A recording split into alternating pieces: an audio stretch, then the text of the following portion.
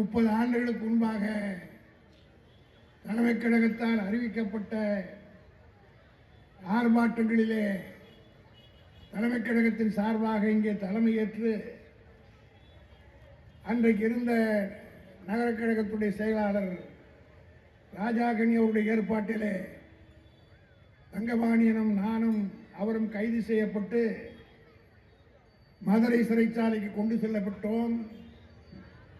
மதுரை சிறைச்சாலை நிரம்பி வழிந்ததால் எங்களை கோவைக்கு அனுப்பி வைத்தார்கள். வழியிலேயே நம்முடைய பழனிக்கு பக்கத்தில் காவல்துறையினர் மீண்டும் இந்த வேனை கொண்டு வந்து அன்றைக்கு இந்த தொகுதியினுடைய சட்டப்பேரவை உறுப்பினராக இருந்த ஜனதா கட்சியை சார்ந்த ஆறுமுகம் அவர்களும் எங்களோடு கைது செய்யப்பட்டார். அன்றைக்கு கைது செய்யப்பட்டு நடுவீதியிலே மீண்டும் திரும்பி வந்து விடுவிக்கப்பட்டோம். அதற்கடுத்து ஒரு போராட்டம், அதற்கும் தலைமை கழகம் என்னை அறிவித்தது. அப்பொழுது தங்கபாணியன் என்னை பார்த்து கேட்டார், என்ன அடிக்கடி உங்களை விருதுநகருக்கு போடுகிறார்கள் என்று. நான் பெருமையோடு சொன்னேன், நல்லவர்கள் இருக்கிற இடத்தில் என்னை போட்டிருக்கிறார்கள், ஆகவே நான் வந்திருக்கிறேன் என்று அன்றைக்கு தங்கபாண்டியனுக்கு சொன்னேன். ஆக அந்த தங்கபாண்டியனும் ராஜாக்கணி அவர்களும் இன்றைக்கு உயிரோடு இல்லை என்றாலும் அவர்கள் பெற்ற செல்வங்கள் இந்த மேடையிலே ஒருவர் நகரமன்ற தலைவராகவும் மற்றொருவர் அமைச்சராகவும் இருப்பதை காண்கிற போது இதை நான் மிக பெருமையாக கருதுகிறேன்.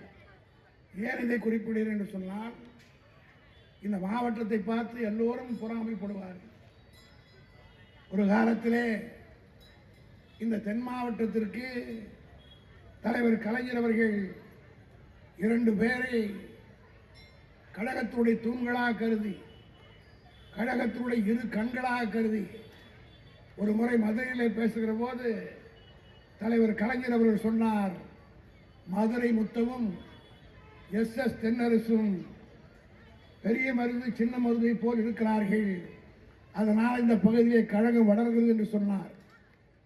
அன்றைக்கு எப்படி மதுரை முத்துவும் SS தென்னரசு அவர்களும் இருந்தார்களோ அதே போல இன்றைக்கு விருதுநகர் மாவட்டத்திலே KKSSR அவர்களும் தங்கம் தென்னரசு அவர்களும் இருப்பதை பார்த்து நான் மகிழ்ச்சி அடைகிறேன். அமைப்பு செயலாளர் முறையில் தமிழ்நாடு பூராவிலும் இப்படி இருந்துவிட்டால் தலைமை கழகத்துக்கு வேலையே இல்லை.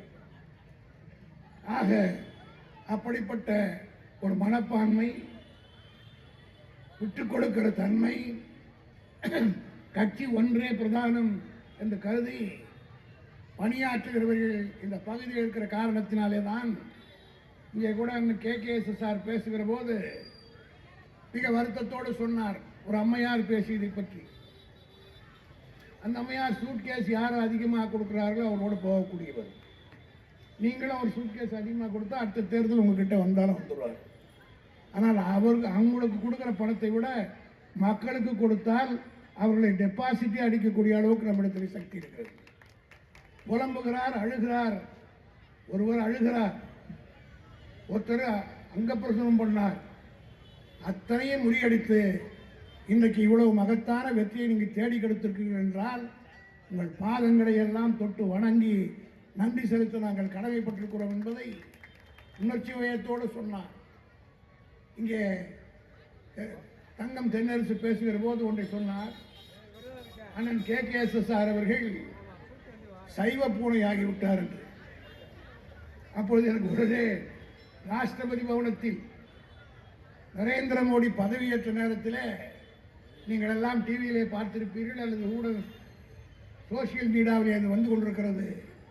வனத்துறை சார்ந்தவர்களே சொன்னார்கள், பதவியேற்கிற போது வந்தது புலி அல்ல பூனை என்று சொன்னார்கள். KKSSRக்கும் எனக்கும் கோயிலுக்கு போகிற பழக்கம் உண்டு. இந்த சகுனத்திலே எல்லாம் நம்பிக்கை உண்டு. தங்கம் தென்னரசை பற்றி எனக்கு தெரியாது, ஆனால் எனக்கு அதிகம் உண்டு. ஆனால் சென்டிமெண்டலாக இல்லோமன் என்று ஆங்கிலத்தில் சொல்வார்கள், பூனை குறுக்க போனால் போன காரியம் உருப்படாது. அதுபோல மோடி பங்கேற்கிற போது பூனை குறுக்கே போயிருக்கிறது. ஆகவே அவருடைய பதவியும் நீண்ட நாள் நிலைக்காது என்பதை நான் இந்த நேரத்தில் இங்கே நகர செயலாளர் சொன்னதை வழிமொழிகிறேன். காரணம் எதுவுமே சகுனமே சரியில்லை. அதோடு மட்டுமல்ல, இந்த தேர்தலிலே 8 முறை நரேந்திர மோடி தமிழ்நாட்டுக்கு வந்தார். நானும் ஒரு 62 ஆண்டு காலம் திராவிட முன்னேற்ற கழகத்திலே தொடர்ந்து பணியாற்றி கொண்டிருக்கிறேன். பல பிரதமர்களை பார்த்திருக்கிறேன்.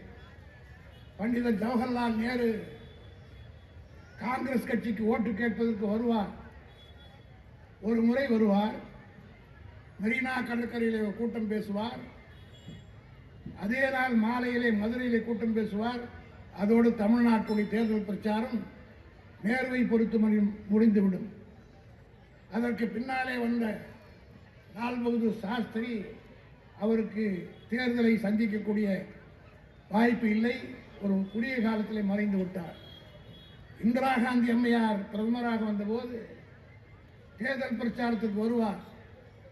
சென்னையிலே ஒரு கூட்டம் பேசுவார். அடுத்து கோயம்புத்தூர்லோ திருச்சியிலோ பேசிவிட்டு போய்விடுவார். வாஜ்பாயே வந்து அப்படித்தான் பேசிவிட்டு போனார். விபி சிங் அவர்களும் அப்படித்தான் பேசிவிட்டு போனார். ஆனால் நரேந்திர மோடி அவர்கள் 8 முறை வந்தார். ஒவ்வொரு முறையும் திமுக மீது அவர் சொல்லிவிட்டு போன ஒரே குற்றச்சாட்டு குடும்ப அரசியல் நடத்துகிறார்கள், குடும்ப அரசியல் நடத்துகிறார்கள் என்று. ஆனால் இன்றைக்கு இந்த மேடையில் வீட்டிருக்கிற தென்னரசானாலும் சரி அல்லது மாதவனாக இருந்தாலும் சரி, எங்களை போன்றவர்கள் எல்லாம் இந்த இயக்கத்திலே தலைமுறையாக பணியாற்றி கொண்டிருக்கிறோம் என்று சொன்னால், KKSSருடைய மகன் அவரும் இன்றைக்கு அரசியலுக்கு வந்து திமுகவிலே பணியாற்றுகிறார் என்று சொன்னால், கொள்கை பிடிப்போடு லட்சியத்தோடு பணியாற்றுகிறோம். ஒரு கட்சியிலும் இன்னொரு கட்சியும் இல்லை. குமரி அனந்தன் காங்கிரஸ் கட்சியில் இருக்கிறார். அவர் பெற்ற மகள் தமிழிசை பாரதிய ஜனதாவில் இருக்கிறது. ஒரே குடும்பத்தில் 2 கட்சியில் இருக்கிற பழக்கம் இந்த மேடையில் இருப்பவர்களுக்கு இல்லை என்பதை நரேந்திர மோடி உணர வேண்டும். ஒவ்வொரு கூட்டத்திலும் அதான் சொன்னார், வாரிசு அரசியல். இன்றைக்கு தேர்தல் முடிவு என்ன ஆனது? இங்கேயும் உத்தரப்பிரதேசத்தில் தான் அதை பிரச்சாரமாக வேகமாக வைத்தார். உத்தரப்பிரதேசத்திலே கொடிகட்டி ஆண்டார்கள். 80 தொகுதிகளிலே ஏறத்தாழ 74 இடங்களிலே வெற்றி பெற்றார்கள் சொல்ற தேர்தலில். இந்த முறை அகிலேஷ் யாதவும் ராகுல் காந்தியும் கைகோத்ததால் ஏறத்தாழ 45 இடங்களிலே இந்தியா கூட்டணி வெற்றி பெற்றிருக்கிறது என்று சொன்னால், உத்தரப்பிரதேசத்திலேயே ஒரு காலியாகிவிட்டார்கள். அங்கேயும் குடும்ப அரசியல் ஈடுபடவில்லை, இங்கேயும் குடும்ப அரசியல் ஈடுபடவில்லை. இவ்வளவு பேசி நரேந்திர மோடி தன்னுடைய அமைச்சரவையிலே 16 மந்திரிகளை குடும்பத்திலே இருந்தவர்கள் தான் நியமித்திருக்கிறார். 50 எம்பிக்கள் 243 எம்பிக்களில் 50 எம்பிக்கள் வாரிசுகள். ஆக அவர் சொன்னதை மக்கள் ஏற்றுக்கொள்ளவில்லை என்பது மட்டுமல்ல, அரசியலிலே வாரிசுகள் இருந்தால்தான் உருப்படியாக, இன்றைக்கு அரசியல் வாரிசு இருந்த காரணத்தினால்தான் திமுக கலைஞர் மறைந்த பிறகும் இன்றைக்கு உயிரோட்டமாக இருந்து அவர் காலத்திலே பெற்ற வெற்றியை விட நாங்கள் பெற்றுக் கொண்டிருக்கிறோம். ஆனால் எம்ஜிஆரும் ஜெயலலிதாவும் பிரிந்தவுடன் அந்த கட்சி என்ன ஆனது? நாள் முள்ள ரோட்டில் நிற்கிறாங்களா இல்லையா?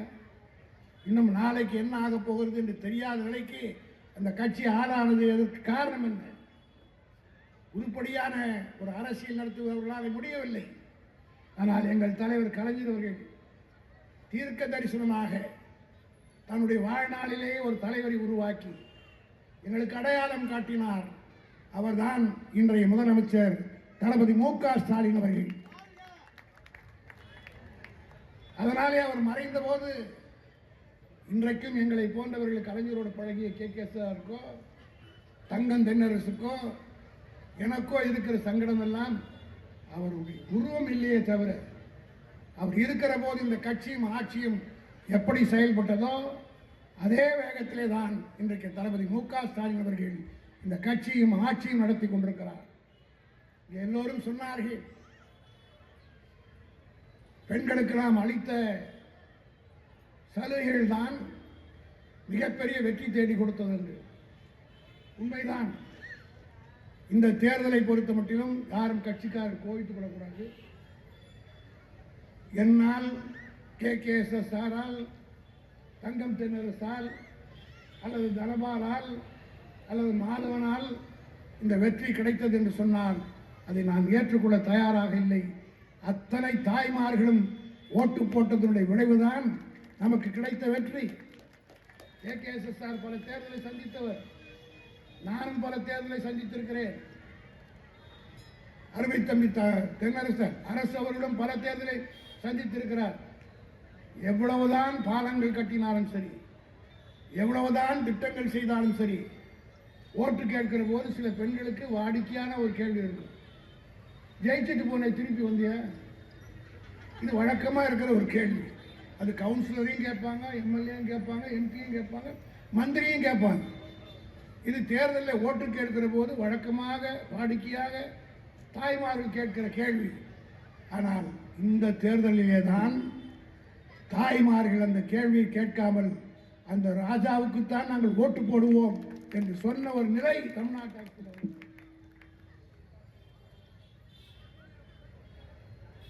அதற்கு காரணம் என்ன? நம்முடைய ஒப்பற்ற தலைவர் தளபதி அவர்கள் 1000 ரூபாயை மாதந்தோறும் வழங்கினார். கலைஞர் தலைவருக்கு மட்டும் அந்த நன்றி போகாது, நிதியமைச்சராக இருக்கக்கூடிய தங்கம் தென்னரசு அவர்களுக்கும் அந்த பெருமை உண்டு. காரணம், அவர் முடியாது என்று சொன்னால் கொடுத்துக்க முடியாது. அவரை தவிர வேறு ஏதாவது ஒரு குரங்கு இந்த இடத்துல இருந்திருந்தால் நிச்சயமாக இந்த திட்டம் நிறைவேறியிருக்குமா என்பது எனக்கு மிகப்பெரிய சந்தேகம் தான் இருக்குது. காரணம் என்னவென்று கேட்டால், இது மிக மிக கடினமான ஒன்று. Financial commitment, not one time payment, recurring expenditure, ஒவ்வொரு ஆண்டுக்கும் வருகிற செலவு. இதை திட்டமிடுதல் எவ்வளவு கடினம்.